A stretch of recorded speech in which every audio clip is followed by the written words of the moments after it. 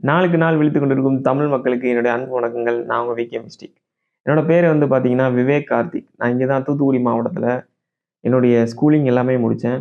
அதுக்கு அடுத்து வந்து என்ன பண்ணலாம் அப்படின்னு முடிவு எடுக்கும்போது, இந்த சமுதாயம் சொல்ற மாரி என்ன டிமாண்ட்ல இருக்கோ அத சூஸ் பண்ணு அப்படின்னு சொன்னாங்க.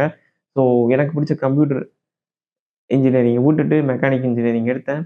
அத 2017ல வெளியில முடிச்சுட்டு வெளிய வரும்போது, எனக்கு மெக்கானிக் இன்ஜினியரிங்ல வேலைக்கு போகணும் இன்ட்ரெஸ்ட் இல்ல. அப்போதைக்கு என் கையில ஒரு ஜாப் வந்து கிடைச்சது. அதாவது பிளேஸ் ஆனேன். கேம்பஸ்லயே பிளேஸ் ஆனேன். ஸோ அப்போதைக்கு எனக்கு ஒரு 3, 4 ஆப்ஷன்ஸ் இருந்துச்சு. என்னலான்னு பார்த்தீங்கன்னா, கவர்மெண்ட் எக்ஸாம் படிக்க போறது, வேலைக்கு போறது, யுஎஸ்க்கு வந்து எம்எஸ் படிக்க போறது. ஸோ இது 3மே வந்து போறதுக்கான ஆப்ஷன்ஸ் இருந்துச்சு. 3 ஃப்ரெண்ட்ஸுமே கூட இருந்தாங்க. 3 ஃப்ரெண்ட்ஸ்ல ஒருத்தன் சொன்னான், "டேய் என் கூட வந்துரு. எம்எஸ் படிக்க யுஎஸ் போலாம்" அப்படின்றான். 2வது, "டேய் என் கூட வந்துரு. யுபிஎஸ்சி படிக்க டெல்லி போலாம்ன்னான்." 3வது, ஆம் எனக்கு கிடைச்ச வேலை ஹெல்த் கேர் இண்டஸ்ட்ரியில ஒரு வேலை கிடைச்சது. ஸோ இந்த ஆப்ஷன்ல வேலைக்கு போறதுக்கு எனக்கு இன்ட்ரெஸ்ட் இல்ல. அப்புறம் வந்து அ யுஎஸ் போறதுக்கு எங்க அப்பா வேணான்ட்டாங்க. அப்புறம் இருக்கிற ஒரே ஆப்ஷன் இதுதான். அத தாண்டி எங்க அப்பா ஒரு கவர்ன்மென்ட் செர்வன்ட். அதனால எனக்கு அது மேல ஒரு மக்களுக்கு சேவை செய்யணும் அப்படின்ற ஒரு ஆர்வம் அதிகமா இருந்துச்சு. ஸோ என்னோட ஃப்ரெண்ட் வந்து ரொம்ப ஆர்வமா இருந்தான். இந்த மாரி எலக்ஷன் கமிஷனர் ஆவணும் அப்படின்னு சொல்லி ரொம்ப ஆர்வமா இருந்தான். ஸோ அதனாலேயே வந்து நான் அவனோட உந்துதல்னாலேயும் வந்து நான் வந்து டெல்லி சே டெல்லி வந்து போனேன். போயி யுபிஎஸ்சி ட்ரெய்னிங் அ கோர்சஸ் வந்து எடுத்துக்கிட்டேன். ஸோ அங்க ஒரு 1 இயர் வந்து அங்க படிச்சேன். படிச்சதுக்கப்புறம் வந்து அங்க சில ரிலேஷன்ஷிப்ஸ் நடந்துச்சு. ஸோ அந்த ரிலேஷன்ஷிப்ல வந்து நான் பிரேக்கப் ஏற்பட்டுச்சு. அதனால வாழ்க்கையில நான் வந்து இதுவரைக்கும் சந்திக்காத ஒரு மனநிலைய வந்து சந்திச்சேன். ஸோ அதுலேருந்து அந்த டிப்ரஷன் ஸ்டேட் அதெல்லாம் சொல்லுவாங்கல்ல. ஸ்ட்ரெஸ் டிப்ரஷன் அப்படின்னு. ஸோ அதுலேருந்து வெளிய வரதுக்காக நான் சில புக்ஸ்லாம் ரீட் பண்ண ஆரம்பிச்சேன். ரீட் பண்ண ஆரம்பிக்கும்போது தான் வந்து சில விஷயங்கள் நம்ம வாழ்க்கையில நடக்கணும்னு இருக்கு. அது நடந்தே தீரும் அப்படின்றது விதின்னு சொல்றது, மதின்னு சொல்றது, இந்த மாரி சின்ன சின்ன விஷயங்கள்லாம் வந்து நான் லேர்ன் பண்ண ஆரம்பிச்சேன். ஸோ அத வந்து அங்க கத்துக்கிட்டேன். அதுக்கப்புறம் நெக்ஸ்ட் 1 இயர் வந்து ஒரு சிவியரான படிக்கணும் அப்படின்னு சின்சியரா உட்கார்ந்து ஒரு 1 இயர் வந்து ஹார்ட் ஒர்க் போட்டேன். 10 டூ 15 ஹவர்ஸ் வந்து ஹார்ட்ஷிப் ஒர்க் ஸ்ட்ரெயிட்டா படிக்க ஆரம்பிச்சேன். படிக்க ஆரம்பிச்சதுக்கு அப்புறம் என்ன ஆச்சுன்னா, அதுக்கப்புறம் மறுபடியும் ஒரு டிப்ரஷன். என்னன்னா, இப்படி நம்ம சமுதாயம் சொல்ற வழியிலேயே வந்துகிட்டே இருக்கமே. அதாவது ஸ்கூல் படிக்கிறதா இருக்கட்டும், காலேஜ் படிக்கிறதா இருக்கட்டும், அப்புறம் நம்ம வந்து கவர்மெண்ட் எக்ஸாம் படிக்கிறதா இருக்கட்டும். இப்ப நமக்குன்னு ஒண்ணு கிடையாதா? இது படிக்கும்போது என்ன ஆகும்னா, அதாவது ஒரு கவர்மெண்ட் எக்ஸாம் படிக்கும்போது என்ன ஆகும்னா, ஐயோ! நம்ம எப்ப கிளியர் பண்ணுவோம்? வேலை கிடைக்கலையே!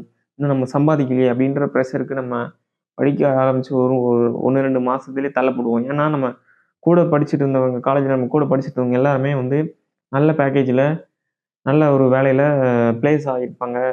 10,000, 15,000, 20,000, 30,000, 40,000ன்னு சம்பாதிக்க ஆரம்பிச்சிருப்பாங்க.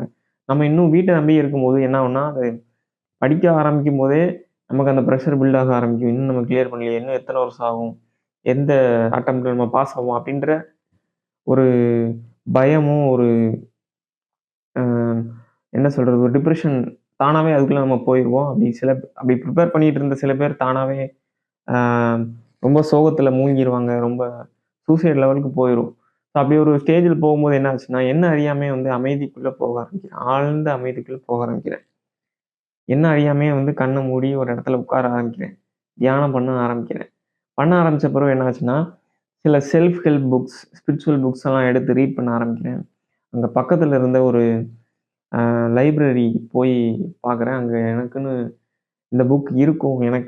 எனக்கான புக் எனக்கு கிடைக்கும் அப்படின்னு நினைச்சுட்டு போறேன். அதே மாரி எனக்கான புக் கிடைச்சது. அந்த புக்ல சில விஷயங்கள் நான் தெரிஞ்சுக்கிட்டேன். தெரிஞ்சுக்கிட்டு அதுக்கப்புறம் இன்னும் சில புக்ஸ் வந்து ரீட் பண்ண ஆரம்பிக்கிறேன். லைக் பாவ்லோ கீலோ, அப்புறம் வந்து ராபின் சர்மா, சத்குரு புக்ஸ். இந்த மாரி நெறைய ஸ்பிரிச்சுவல் லீடர்ஸ் வந்து எழுதியிருந்தது, சொல்லப்பட்ட விஷயங்கள் எல்லாத்தையுமே நான் ரீட் பண்றேன். என்னோட வாழ்க்கைய பத்தி நெறைய தெரிஞ்சுக்க ஆரம்பிக்கிறேன். உடல்னா என்ன? மனம்னா என்ன? ஏன் நமக்கு இவ்ளோ கஷ்டப்படுறோம் வாழ்க்கையில?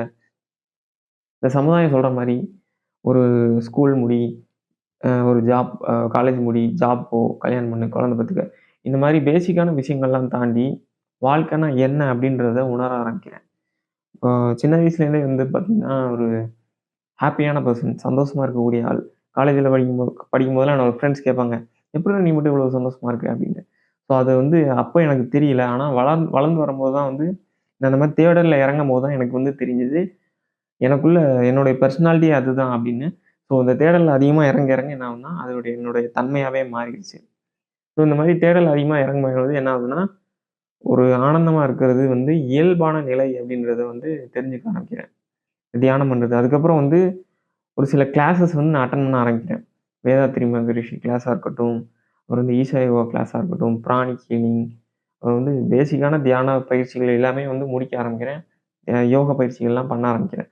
பண்ண ஆரம்பிக்கும்போது அல்கெமின்னு சொல்லி ஒரு கிளாஸ் அட்டெண்ட் பண்றேன். இந்த மாரி சந்தோஷமா இருக்கிறது, ஆனந்தமா இருக்கிறது, இயல்பான மனிதனுடைய நிலை அப்படின்றத உணர ஆரம்பிக்கிறேன். ஸோ அத வந்து நான் நெறைய ஒரு யூடியூப் சேனல் ஆரம்பிச்சு, அதில வீடியோஸ் நெறைய போட ஆரம்பிக்கிறேன். அந்த அளவுக்கு அது மக்கள ரீச் ஆகாட்டியும், என்னோட சுத்தி இருந்த ஃப்ரெண்ட்ஸ் வந்து அத ஆதரிக்க ஆரம்பிக்கிறாங்க. அவங்களுக்கு அது பலனளிக்க ஆரம்பிக்குது. இந்த மாரி மோட்டிவேஷனல் வீடியோ போடுறது, இந்த மாரி போட ஆரம்பிக்கிறேன். அத தாண்டி எனக்குன்னு ஒரு ஏர்னிங்ஸ் இருக்கணும்ல, எனக்குன்னு ஒரு பிழைப்பு நடக்கணும்ல. அது இருக்கும்போது ஏன்னா வீட்ட நம்பி நம்ம இருக்க முடியாது. அதுக்காக நெறைய கோர்சஸ், ஐடி கோர்சஸ் வந்து முடிக்க ஆரம்பிக்கிறேன். நெட்வொர்க்கிங் கோர்சஸ், ஹார்ட்வேர் கோர்சஸ் இந்த மாரி என்னென்ன கோர்சஸ் இருக்கோ அதெல்லாம் முடிக்க ஆரம்பிக்கிறேன். ஐடி கம்பெனில மறுபடியும் வேலைக்கு போறேன்.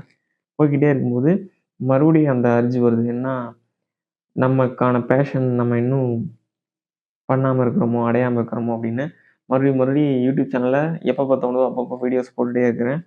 ஸோ அதோட கன்டினியூஷன் அதோட இன்னொரு தொடக்கம் தான் வந்து இந்த யூடியூப் சேனல். ஸோ இந்த யூடியூப் சேனல்ல என்ன வந்து ஷேர் பண்ண போறேன் அப்படின்னா, நான் இதுவரைக்கும் கத்துக்கிட்ட விஷயங்கள் மொத்தத்தையும் வந்து இதில வந்து சொல்லப் போறேன். ஸோ அதன் மூலமா என்ன ஆகப் போகுதுன்னா, இது ஒரு பேசிக்காவா ஒரு யோகா டீச்சர் ஆகணும் அப்படின்றது தான் என்னுடைய அடுத்த கட்ட பயணமா இருக்கப் போகுது. ஏன்னா, இப்ப வந்து நான் வந்து ஏர்னிங்கும் பண்ணணும். அத தாண்டி எனக்கு பிடிச்ச விஷயத்த நான் பண்ணவும் செய்யணும். எனக்கு பேசிக்கா பிடிச்ச விஷயம் என்ன? எனக்கான சுதர்மான்னு சொல்லுவாங்க. அது என்னன்னு பார்த்தீங்கன்னா, பேசுறது. இயல்பாவே ஒரு ஸ்டேஜ்ல ஏதோ ஒண்ணு பேசு அப்படின்னு சொல்லி ஏத்தி விட்டாங்கன்னா, ஏதோ ஒண்ணு நான் பேச ஆரம்பிச்சுருவேன். அதுதான் என்னுடைய குணாதிசயம் அப்படின்றத நான் தெரிஞ்சுக்கிட்டேன். ஸோ அது வந்து நான் பேசவும் செய்யணும். மக்களுக்கு 4 விஷயங்கள், நல்ல விஷயங்கள சொல்லியும் குடுக்கணும் அப்படின்ற பட்சத்தில நான் வந்து யோகா டீச் பண்ணலாம் அப்படின்னு சொல்லிட்டு முடிவு பண்ணியிருக்கேன். இனிமே தான் சர்டிஃபிகேஷன் நான் பண்ண போறேன். ஸோ பேசிக்கா இதுதான் என்னுடைய என்ன பத்தின விஷயங்கள். இவ்வளவு நேரம் என்ன பத்தி பொறுமையா இருந்து கேட்டதுக்கு ரொம்ப நன்றி. இனி வரப்போற வீடியோஸ்ல ரொம்ப முக்கியமான விஷயங்கள் எப்படி நம்ம ஹீலர் பாஸ்கர், சத்குரு இப்ப ரீசென்ட்டா வந்து வலம் வந்துட்டு இருக்கிற ஆசான்ஜியா இருக்கட்டும், அதுக்கப்புறம் நம்ம பரம்பொருள் ஃபவுண்டேஷன், நம்ம மகாவிஷ்ணுவா இருக்கட்டும், இன்னும் நெறைய பேர்கள் இருக்காங்க. அதே மாரி அவங்க என்னலாம் மக்களுக்கு வந்து டீச் பண்றாங்களோ, ப்ரீச் பண்றாங்களோ, அதே மாரி அல்கெமியோட குரு மித்ரேஷ்வா இருக்கட்டும், அதே மாதிரி நானும் ஒரு ஸ்பிரிச்சுவல் லீடர் ஆகணும் அப்படின்றது என்னுடைய ஆசை. கண்டிப்பா ஆகிடுவேன். ஸோ நான் தெரிஞ்சுக்கிட்ட விஷயங்கள், நான் கிளாஸ்ல கத்துக்கிட்ட விஷயங்கள் எல்லாமே வந்து நான் இதில வந்து ஷேர் பண்ண போறேன். ஸோ இப்போதைக்கு என்னால வந்து தியான பயிற்சியோ, இல்ல யோகா பயிற்சியோ வந்து சொல்லிக் குடுக்க முடியாது. அதுக்கான சர்டிஃபிகேஷனோ, இல்ல அதுக்கான தீட்சையும் நான் வாங்கல. ஸோ அதுக்கான பயிற்சிகள் நான் எடுக்க போறேன், எடுத்துட்டு இருக்கேன். அதுக்கு முன்னாடி நான் சில அடிப்படையான வாழ்க்கைனா, இப்படிதான் வாழணும்னு சித்தர்கள் சில விஷயங்கள் சொல்லி வச்சுட்டு போயிருக்காங்க. உடல் தான் இது, மனம் தான் இது. ஏன் வந்து இவ்வளோ ம மனுஷன் வந்து இவ்வளோ துன்பப்படுறான் அப்படின்றதுக்கான ரீசன்லாம் நான் கண்டுபிடிச்சு வச்சிருக்கேன். நான் உணர்ந்து நான் என்னோட வாழ்க்கையில அத அப்ளை பண்ணி யூஸ் பண்ணிட்டு இருக்கிறேன். அததான் வந்து நான் ஷேர் பண்ணிக்க போறேன். ஸோ தொடர்ந்து நம்ம சேனல வந்து பாருங்க. இந்த மாடர்ன் பரதேசி அப்படிங்கிற சேனல் மெயினா எதுக்காக ஆரம்பிச்சேன் அப்படின்னா, ஆன்மீக தேடல் வந்து இருக்கிறவங்க வந்து இது ரொம்ப பயனுள்ளதா இருக்கணும். ஏன்னா இனிமே வரப்போற இளைய சமுதாயம் வந்து ஒரு வழிகாட்டி இல்லாம இருந்துறக்கூடாது. ஏன்னா இப்படி ஆன்மீகத்தில போகணும்னு நெனைக்கிறவங்க, பணம் விஷயமா எவ்வளோ கஷ்டப்படுவாங்க. வீட்ல சரி, நாட்டிலயும் சரி இருக்கிறவங்க அவங்கள எப்படி புரிஞ்சுக்க மாட்டாங்க. அப்படின்ற சில நிலைகள்லாம் தாண்டி நம்ம வந்தாகணும். ஸோ அதுக்கான ஒரு பேசிக்கான கைடன்ஸாவும் இந்த சேனல் இருக்க போது. ஸோ நன்றி. இவ்வளவு நேரம் பொறுமையா கேட்டதுக்கு.